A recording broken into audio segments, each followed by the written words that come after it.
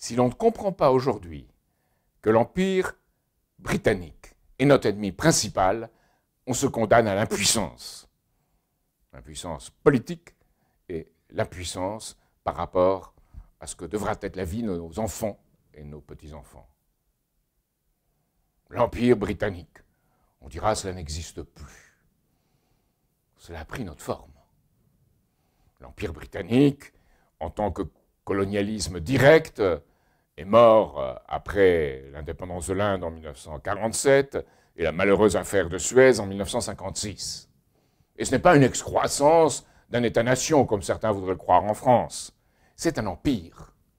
Et un empire, c'est le pouvoir d'une oligarchie, et c'est le moyen pour cette oligarchie de prendre le pouvoir et de le conserver, au détriment des autres, au détriment des peuples. Et la nature de cet empire est très bien décrite par Elliot Roosevelt, le fils de Franklin Delano Roosevelt, dans un livre qu'il a écrit en 1946, As He Saw It, la manière dont il l'a vu, qui parle de l'affrontement entre Winston Churchill et son père, Franklin Delano Roosevelt. Et Roosevelt dit « Je fais la guerre contre le nazisme, mais pas pour rétablir l'Empire britannique. » Alors, en effet, on a, dans les conditions réunies dans les années 50, la fin de la forme territoriale habituelle de cet empire. Et la grande question que se pose l'oligarchie, le pouvoir de l'oligarchie, c'est comment on va conserver ce pouvoir. Comment on va faire?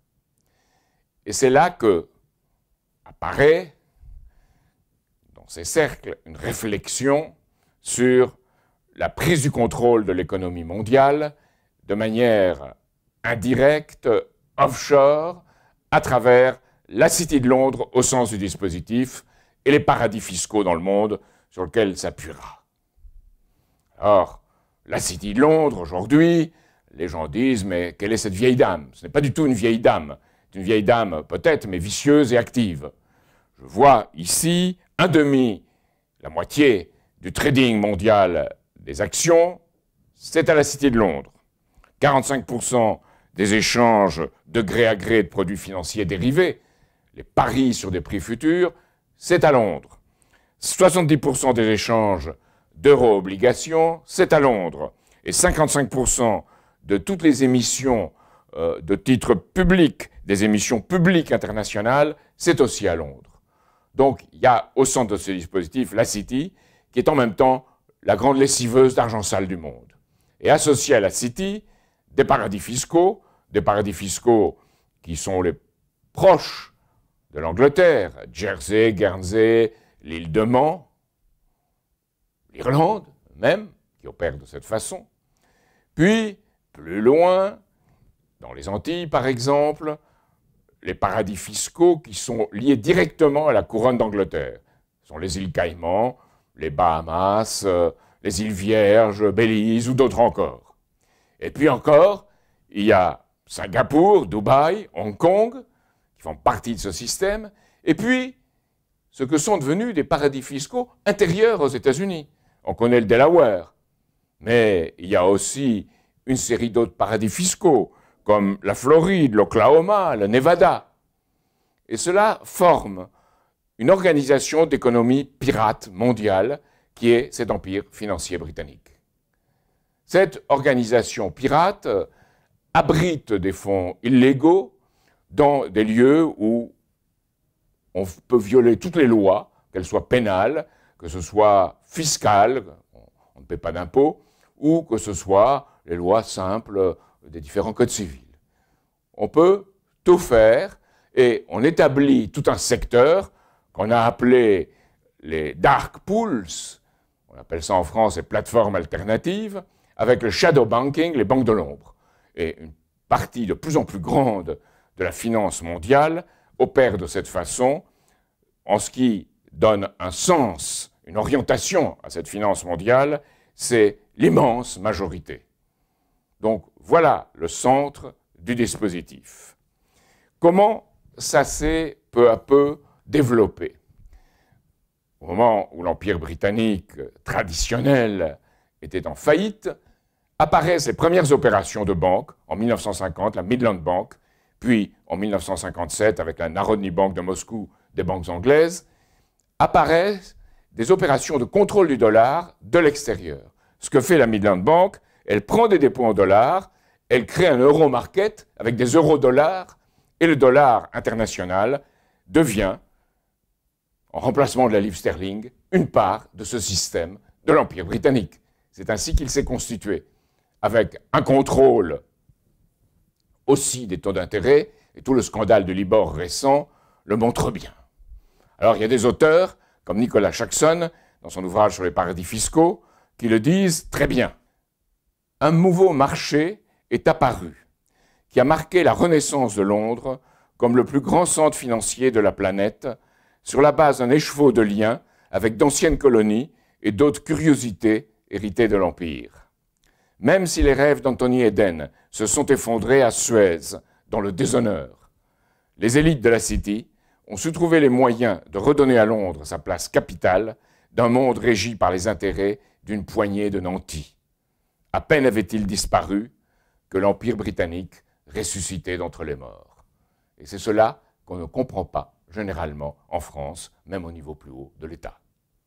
Il y a une institution très importante, qui est le Conseil privé de la Reine, dans laquelle les opérations de cet empire sont organisées, le Privy Council. On peut voir par exemple dans les îles Caïmans, l'exemple patent de cela.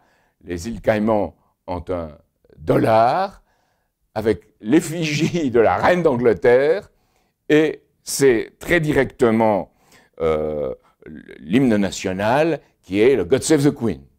Donc on voit que les 3/4 des fonds spéculatifs de la planète qui sont autour des îles Caïmans sont sous ce contrôle-là.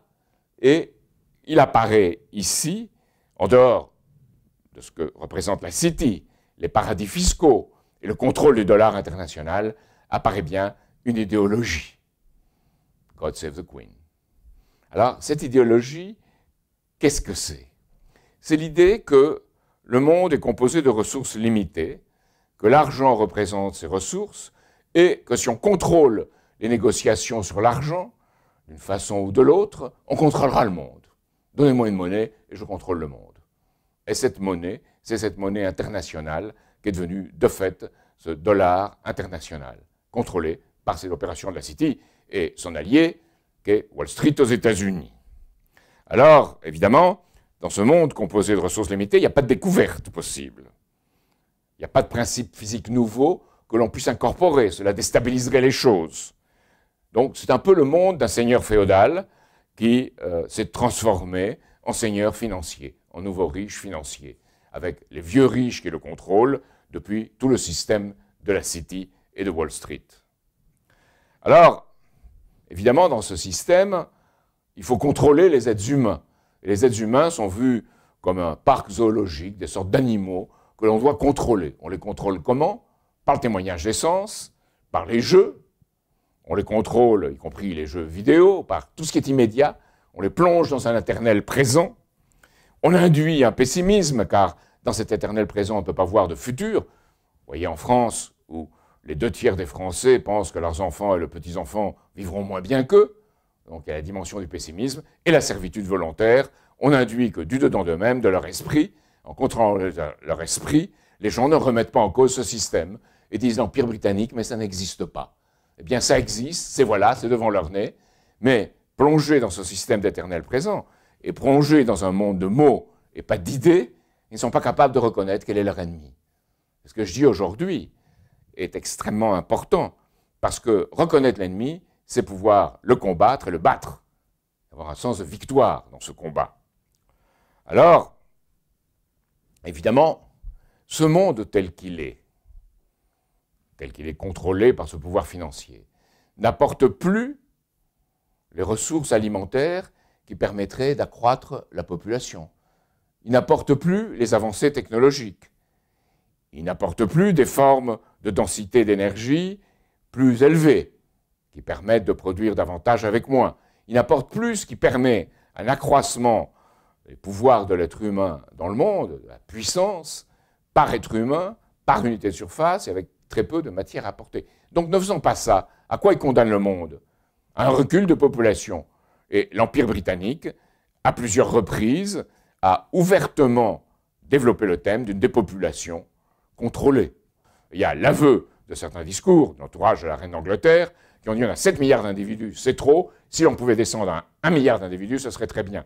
Donc il y a un système qui implicitement, soit par extinction progressive, soit en envisageant une guerre, l'escalade vers une guerre, y compris thermonucléaire, ces gens-là envisagent une réduction de la population mondiale pour conserver le pouvoir en tant qu'oligarchie.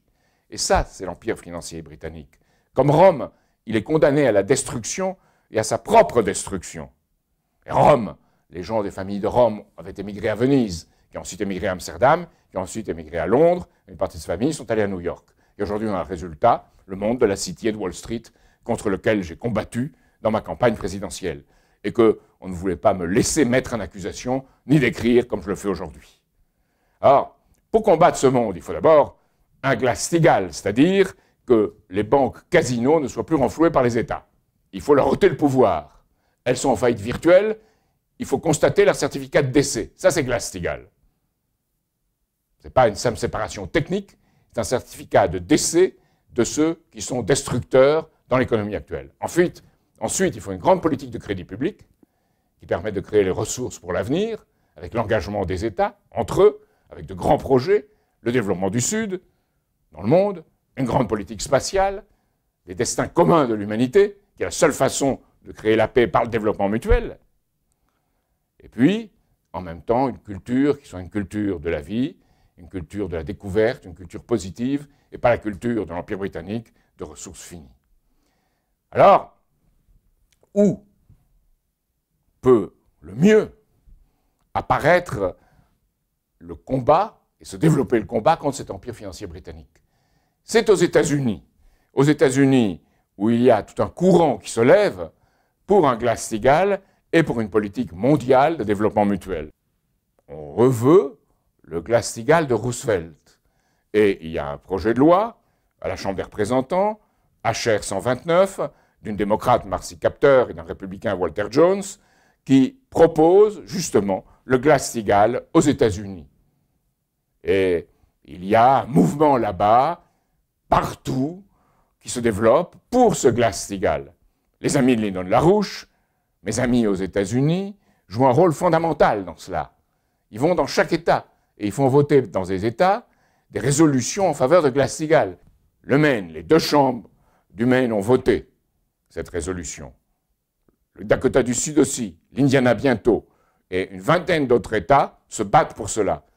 Et le projet de Marcy Kaptur et de Walter Jones a été endossé par une soixantaine de députés, un peu plus de 60, à la Chambre des représentants américaine. Bien, par rapport à cette espérance, par rapport à cet espoir, lorsqu'on interroge les Valérie Rabault ou les Karine Berger aujourd'hui, qui ont été les femmes, très compétentes par ailleurs, qui ont réfléchi sur cette question de réforme bancaire, elles vous disent non, on ne peut pas le faire en France. Non, ça ne sera pas fait aux États-Unis. Jamais le Glass-Steagall sera voté aux États-Unis. Eh bien, elles mentent. Et elles sont dans ce pessimisme culturel elles-mêmes. Et elles se font les serviteurs de l'empire financier britannique. Il faut le dire brutalement et honnêtement. Alors, il y a dans tout cela des hommes et des femmes bien pires que Jérôme Cahuzac, bien pires que les cantons suisses de Jérôme Cahuzac. Ce sont les responsables politiques, les députés, les sénateurs, et jusqu'au plus haut niveau de l'État, où l'on ne veut pas, on n'ose pas affronter l'empire financier britannique. Et si les Français exigent et ont droit pour leur avenir à des emplois, à du pouvoir d'achat, du travail, comme on dit, et de la sécurité, eh bien, dans le cadre de l'empire financier britannique, ça ne sera jamais donné. Et la première chose pour laquelle nous nous battons, ce Glass-Steagall comme mesure, mais aussi pour que nos hommes politiques sortent de ce carcan de l'euro, de ce système dans lequel s'est égarée l'Europe, dans lequel il est impossible de faire du crédit public, il est impossible de faire de grands travaux. Et je leur dis, à ces hommes-là, à ces responsables politiques, vous voulez créer des choses peut-être qui vous paraissent bonnes pour la population, Mais vous tentez de le faire dans un système dont l'orientation est destructrice. C'est impossible. C'est cela qu'il faut changer. Et c'est là qu'il faut à nouveau des hommes de caractère.